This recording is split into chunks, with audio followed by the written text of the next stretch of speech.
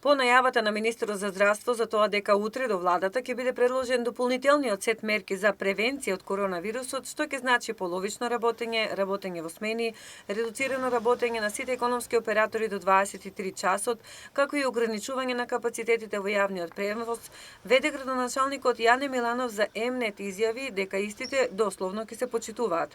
Тоа би значило дека и препорака до целата државна и јавна локална штипска администрација.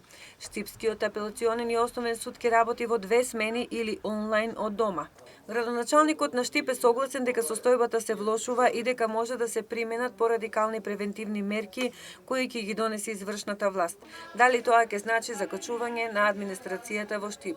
Поради зголемувањето на бројот на ново заразени и денешните 161 случаи на републичко ниво, Штип повторно котира на третото место во државата. Капацитетите во болниците се преполнети и во болницата во Штип засега е непознато дали штипското здравство, односно неговото раководство, ќе го следи примерот со Битолското, каде е отворено уште едно болничко крило. Министерскиот аларм за сериозноста на состојбата би бил полициски час, состојба која не е посекувана во градот Подисарот и до која според Миланов не би требало да дојде, имајќи го во предвид граѓанската дисциплинираност за следењето на здравствените протоколи.